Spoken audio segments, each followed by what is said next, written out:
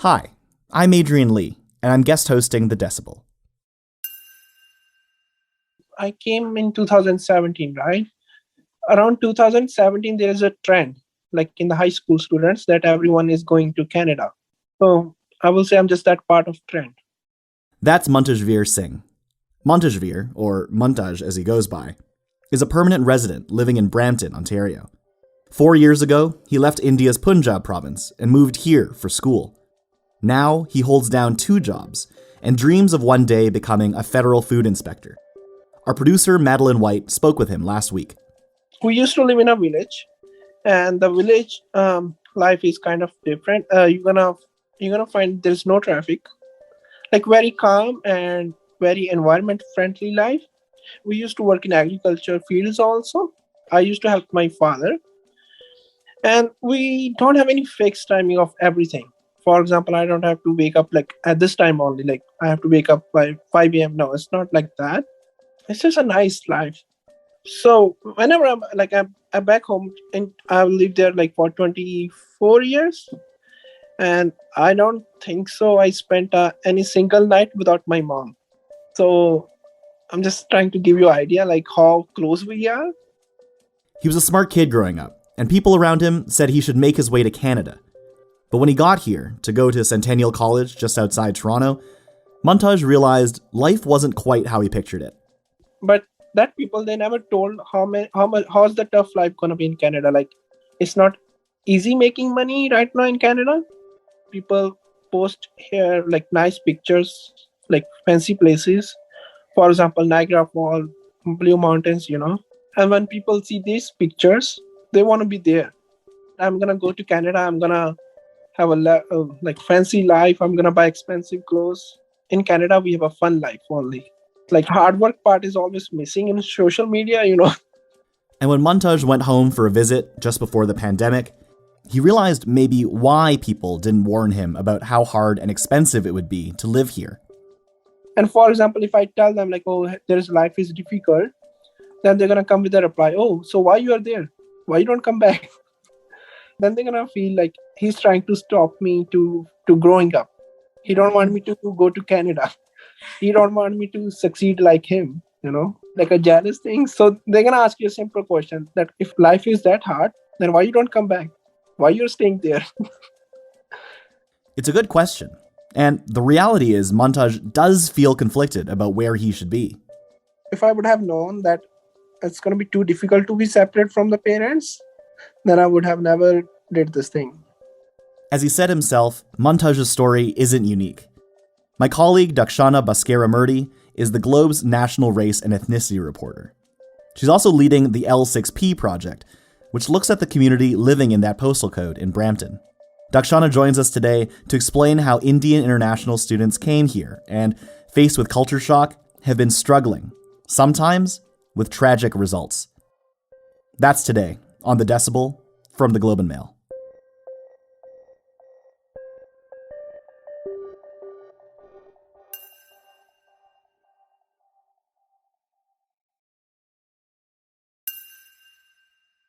Thanks for joining us, Dakshana. Thanks so much for having me. So we just heard from Muntaj Singh about his life back home in India and how he ended up here on a student visa with this idealized vision of what his life would be like. How are places like Brampton being sold in India? It's incredible, the marketing machine that is behind, student recruitment to Canadian post-secondary institutions. And a lot of it is actually led by the students themselves who have come here to study. So you have, thousands of YouTube videos. You have Punjabi hip-hop songs.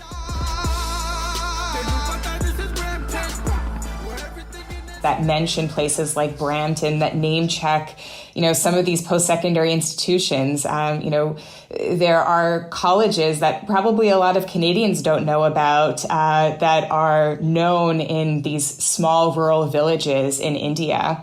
Let's talk a bit about who these students are then before they come here. And there's this idea that international students are generally the ones who can afford these significantly higher tuition fees, but in your reporting, that wasn't exactly who you talked to, right?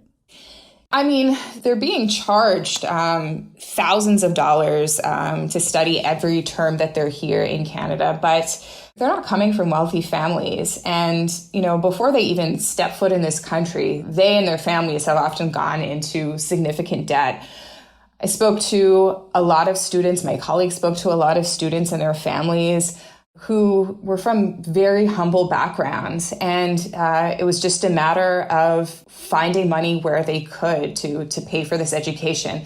The belief was that, their families were investing in them. And yes, they were going to be, going into debt and maybe risking losing their homes or their farms to fund their children's education. But down the road, once they were finished school, those kids would then be earning, big Canadian dollars that they could not only pay for a better life for themselves in Brampton, but then perhaps down the road could bring their family to Canada or at least pay for a better life for their families in India. And so that's the dream, that's the narrative that's been spun. But what is the actual reality for a lot of these international students when they do get here? The reality is a lot of struggle, a lot of financial hardship, and often mental health concerns that come up. So, these students, many of them are coming freshly out of high school, 17, 18, 19 years old. Many of them have never lived away from home. Many of them have never left their villages, let alone India. And they're separated from their families. So they're coming here and they're finding that the cost of living is really expensive. The fees that they're paying are much higher than domestic fees. And it's kind of a tough go for them. They're limited in how many hours they can work every week. They can only work 20 hours per week while school is in session. And so the simple, act of trying to finish their programs without going further into debt is very challenging. And they're often living in housing that is pretty substandard. They're crowding into these basement apartments, and they're doing jobs oftentimes that are exploiting them. So let's talk about the mental health struggles that they might have to deal with. How exactly do we know that this is an issue that lots of international students are dealing with? So there was a survey that Khalsa Aid Canada did with One Voice Canada, which advocates for international students. And they spoke to just over 300 international students, almost all of whom were from India. And they found that 30% suffered from clinical or major depressive disorder. 60% of them said that they suffered from poor well-being. And, sometimes the results of these mental health struggles can be really extreme. I spoke to Kamal Bardwaj. He's the director of Lotus Funeral Home and Cremation Center in Toronto. And he said that he handles 4 to 5 international student deaths per month, many of which are suspected suicides or overdoses. So in the piece that you wrote with Neha Bhatt and Uday Rana, you wrote about Lovepreet Singh Gill. Can you tell me a bit about that story? So Lovepreet was a student who came from a small rural village, like so many others do, to Canada, to Brampton, to start studies at Centennial College in Toronto. And he, earlier this year in the spring, died by suicide after stepping in front of an oncoming train. And this was one of many international student deaths that happened among Indian students in the last year.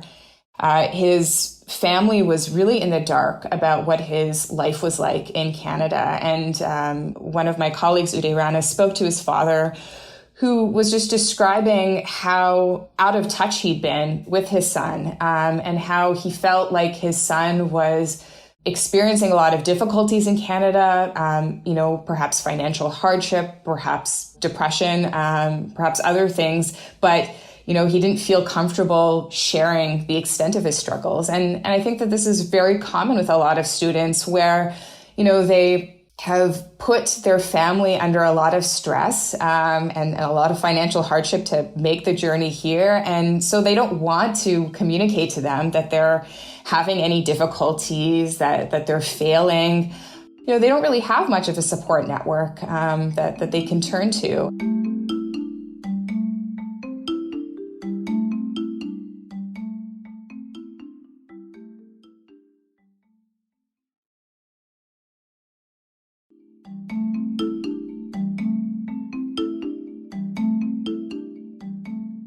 So there's this machinery that's in place in India that basically recruits and encourages these students to get here. Can you tell us about what the costs of that recruitment is? Sure. So, when domestic students are applying to post-secondary institutions, usually they're applying directly to that institution, and the fees are kind of what that institution charges them.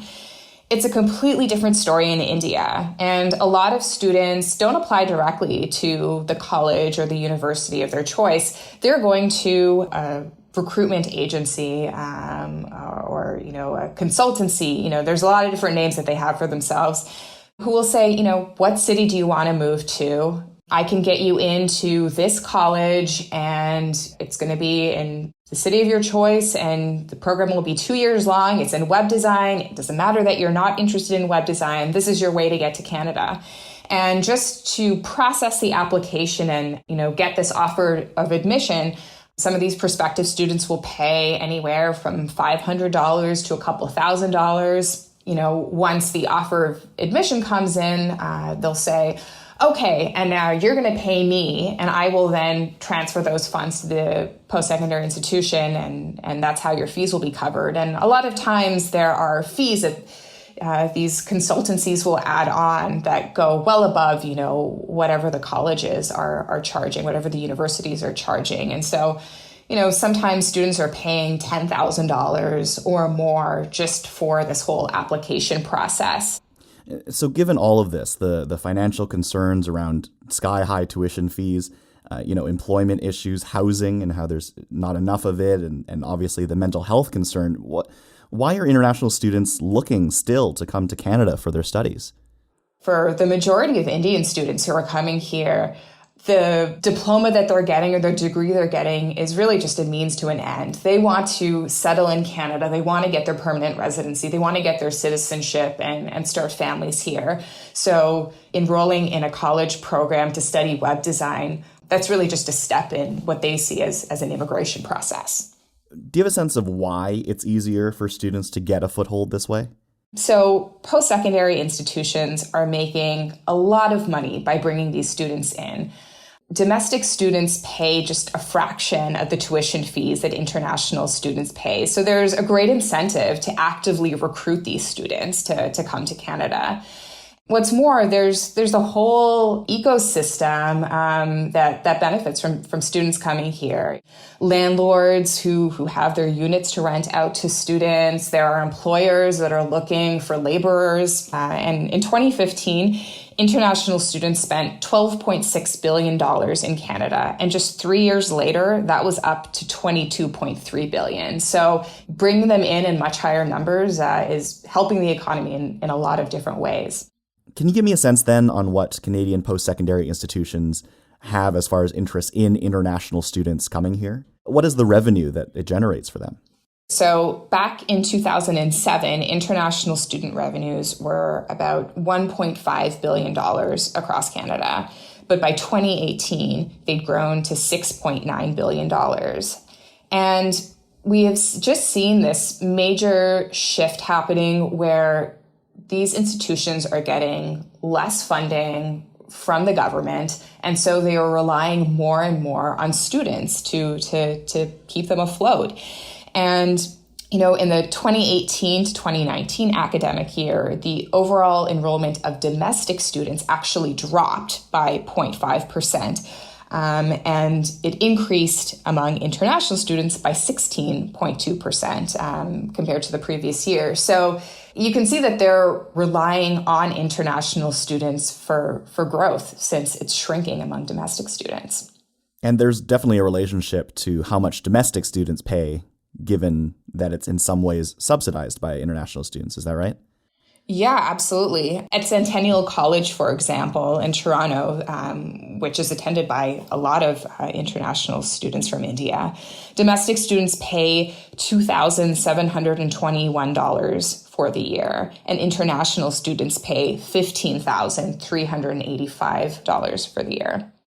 So once they arrive in Canada, what then is the role of Canada's post-secondary institutions? What responsibility do they have to these international students?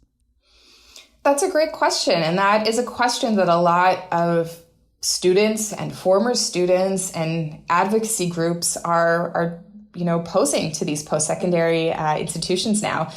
And, there's at least one post-secondary institution, Sheridan College, which has a campus in Brampton, who, are kind of responding to this in a way that I haven't really seen other places do. So in 2018, they actually capped the number of international students they were recruiting. And it was in direct response to city officials in Brampton and social service organizations saying, our city can't support all of these students coming here. There is not, adequate housing for them. There aren't, adequate supports for them. And so Sheridan College is having this meeting this winter with city officials from Brampton, officials from Peel Public Health, and other kind of interested parties to say, what can we do to better support these students? But, for the most part, what I'm hearing from students is that there isn't enough support coming from these institutions. We were even seeing earlier this year when the COVID-19 vaccine rollout was happening, that there was a slower than expected uptake among international students because they thought that they had to pay to get vaccinated, which wasn't the case. COVID-19, I think, put a lot of these issues on the radar. So, you had a lot of people who lost their jobs during COVID-19 who were able to collect CERB to sort of stay afloat. And international students didn't qualify for CERB. And so a lot of them, were losing their jobs. And as a result, were losing their homes.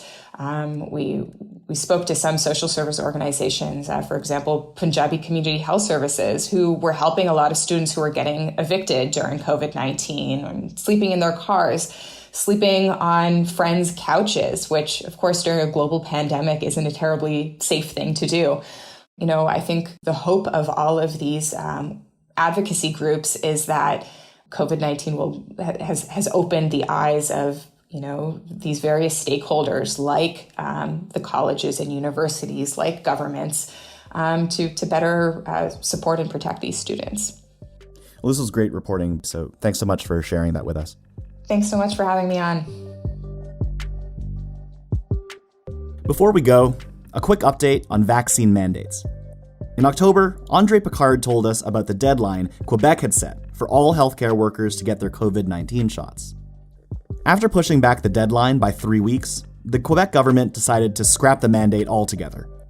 They said that if they stuck with it, there'd be a labor shortage that would cause service disruptions. Now, unvaccinated healthcare employees must be tested 3 times a week for COVID-19 or face unpaid leave. And in Ontario, on Wednesday, Premier Doug Ford announced he will not institute a vaccine mandate for healthcare workers. However, people who work in long-term care centers are still going to be required to be vaccinated by November 15th. And that's it. Thanks for listening. I'm Adrian Lee. Our producers are Madeline White and Cheryl Sutherland. David Crosby edits the show. Kasia Mihailovich is our senior producer. Angela Pacenza is our executive editor. Thanks to Dakshana Bascaramurty. You can find her work and more about the L6P project at theglobeandmail.com. If you want to reach out to us, email us at thedecibel@globeandmail.com. If you want to reach me, I'm grudgingly on Twitter at Adrian K. Lee. And please make sure you're following us on Apple Podcasts, Spotify, or whatever app you prefer. Have a good weekend, and we'll be back on Monday.